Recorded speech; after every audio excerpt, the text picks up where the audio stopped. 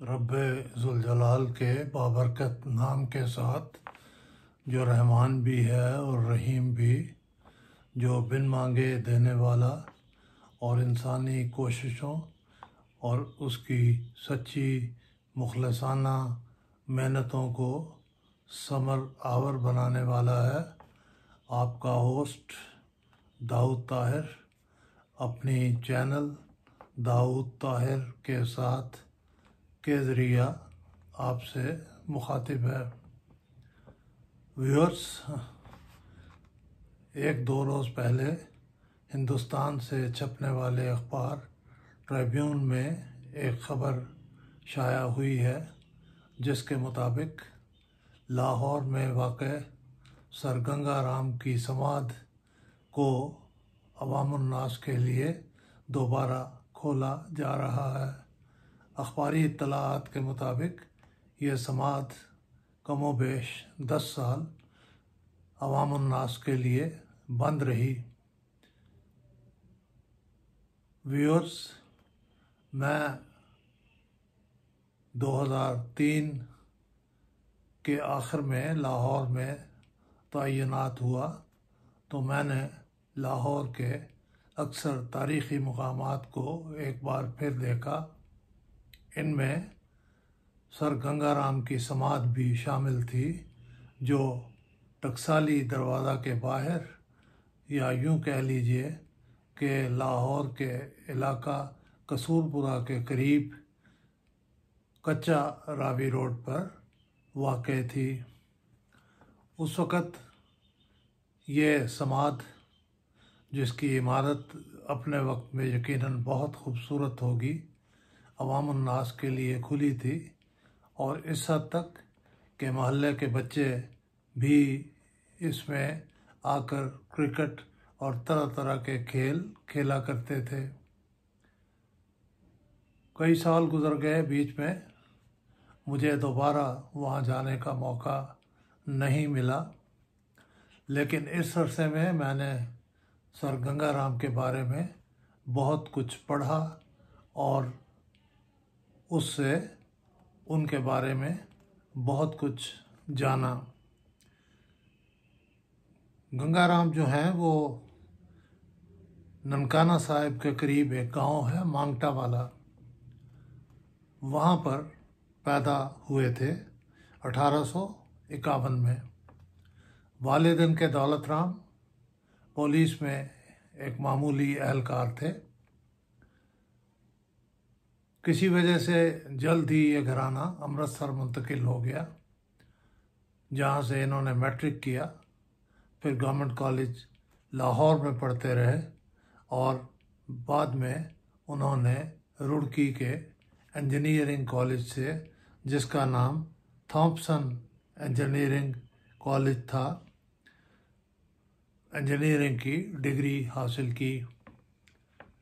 उन्होंने अपनी मुद्दत मुलाजमत कई जगह रहकर पूरी की होगी, लेकिन उनका तारीख़ी और यादगार पीरियड वो है जब वो लाहौर में बतौर एग्जेक्टिव इंजीनियर तैनात थे। बताया जाता है कि Lahore museum, national college of arts, जो उस ज़माने में म्यू स्कूल ऑफ आर्ट्स कहलाता था, GPO, Aitchison college, Lahore high court, Hailey college of commerce, Mayo हस्पताल का एल्बर्ट विक्टर विंग और गंगा राम हस्पताल की इमारत का एक हिस्सा, ये सब कुछ उन्हीं की निगरानी में तामीर हुआ और कुछ इस शानदार तरीके से तामीर हुआ कि आज तक ये इमारतें लाहौर के हुस्न का बास समझी जाती हैं। रिटायरमेंट के बाद वो ज़राअत की तरफ मुतवज्जे हुए और उन्होंने हुकूमत से मौजूदा ज़िला ननकाना साहब में और रिनाला खुर्द के करीब ज़री अराज़ी के बहुत बड़े बड़े क़िताअत, जो हज़ारों एकड़ों पर मुश्तमिल थे, कभी ख़रीद कर और कभी पटे पर हासिल करके वहाँ ज़राअत के हवाले से नित नए तजुर्बात किए और इतनी पैदावार हासिल की कि वो न सिर्फ हुकूमत को काबिल अदा रकूम बाकायदगी से अदा करते रहे, बल्कि उनके अपने लिए भी बेशुमार ज़राए आमद पैदा हो गए। वो पटियाला दरबार से भी मुंसलिक रहे और जब एडवर्ड हफ्तम हिंदुस्तान के दौरा पर आए तो वायसराय ने उन्हें दिल्ली दरबार की इंतज़ाम के लिए बुलाया और उन्होंने ये इंतज़ाम इस हुस्न खूबी से किया कि हर शख्स वाह वाह कर उठा। उन्होंने हिंदू बेवगान में शादी का रवाज डालने के लिए बहुत काम किया और मैंने किसी जगह पढ़ा है कि उनके इदारे ने कमोबेश 28 से 29 हज़ार बेवगान की शादी का एहतमाम किया या करवाया, जबकि हिंदू रसूम के मुताबिक हिंदू बेवा शादी करती ही ना थी। सती हो जाना तो चले, उस पर अंग्रेज़ों ने पाबंदी लगा दी थी, लेकिन सती ना होने के बावजूद वो इसी तरह की ज़िंदगी गुजारती गोया वो आग में जलकर भस्म हो चुकी हो। ये गंगाराम के रहती दुनिया तक बाकी रहने वाले कारनामे हैं और तारीख़ कभी इन चीज़ों को भुला नहीं सकती। अगरचे गंगाराम के बारे में बहुत सी बातें करने वाली हैं, मसलन वही हाइडल पावर प्रोजेक्ट जो रिनाला खुर्द के पास है, मैंने देखा है और मैं कहता हूँ कि है देखने की चीज़, इसे बार बार देख। गंगापुर का गांव जो इन्होंने ख़ुद बसाया था और जिसे नज़दीक तरीन रेलवे स्टेशन से मुंसलिक करने के लिए इन्होंने घोड़ों से खींची जाने वाली एक ट्रेन मुतारिफ़ करवाई थी। मैं गंगापुर भी गया हूँ, मैंने ट्रेन की वो पटरी भी देखी है और उस ट्रेन के वो डिब्बे भी जो अब कबाड़ खाने की जीनत बन चुके हैं।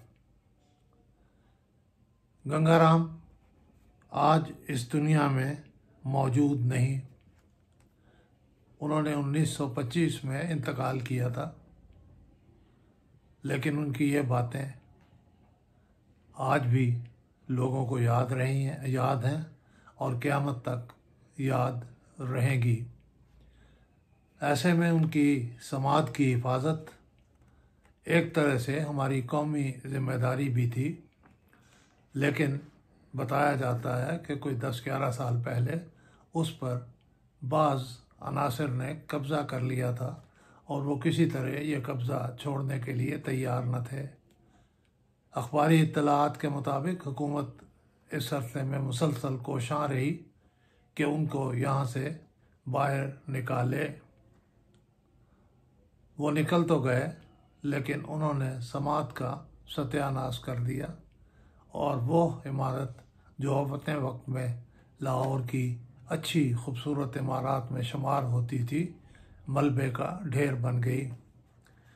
अखबारी इत्तला के मुताबिक इवैक्वी ट्रस्ट प्रॉपर्टी के एक डिप्टी डायरेक्टर हैं, उन्होंने अखबार को बताया कि अब समात की मुरम्मत का काम मुकम्मल हो चुका है और अगले कुछ दिनों में इसे अवामुन्नास के लिए खोल दिया जाएगा। इस हवाले से एक अवामी तकरीब भी होगी, इफ्तिताही तकरीब, उसमें लाहौर में मुकीम हिंदुओं को ख़ास तौर पर मदऊ किया जाएगा। ये भी बताया गया है कि इस समाध में एक गैलरी गंगाराम के कारनामों के तस्वीरी खाके डिस्प्ले करने के लिए बनाई जाएगी। मैं समझता हूँ ये गंगाराम को खराज तहसीन पेश करने का एक छोटा, यूँ कह लीजिए कम अज़ कम तरीक़ेकार है जिस पर आज से बहुत पहले अमल हो जाना चाहिए था। गंगाराम मोहसिनीन लाहौर में से थे। माल रोड पर बनी हुई वो इमारत जिनका मैंने थोड़ी देर पहले हवाला दिया, इतनी शानदार हैं और इतनी खूबसूरत हैं और इतनी मजबूत हैं कि आज तक कोई इमारत उनका मुकाबला नहीं कर पाई। यह सब गंगाराम की बदौलत हुआ। इसी मोहसिन लाहौर का एक बुत भी क़याम पाकिस्तान से पहले लाहौर की किसी सड़क पर नस्ब था, जो इस वक्त मौजूद नहीं है। व्यूअर्स, गंगाराम के बारे में बातें करते चले जाएं तो घंटों गुजर जाएंगे और यकीनन इतना वक्त आपके पास नहीं है। इसलिए मैं इस मौका से फ़ायदा उठाते हुए हुकूमत पाकिस्तान को मुबारकबाद पेश करता हूँ कि उन्होंने इस समात के अहया का काम मुकम्मल कर लिया है और लाहौर के शहरियों और बैरूनी ममालिक से आने वाले टूरिस्ट से भी दरख्वास्त करता हूँ कि वह ज़रूर इस समात पर हाज़िर होकर सर गंगाराम को खराज अकीदत पेश करते रहें। व्यूअर्स, बहुत शुक्रिया, आपने मेरी बात तवज्जो से सुनी। खुदा आपको खुश रखे, आपकी हिफाजत करे। अगली वीडियो तक के लिए इजाज़त दीजिए। खुदा हाफिज़।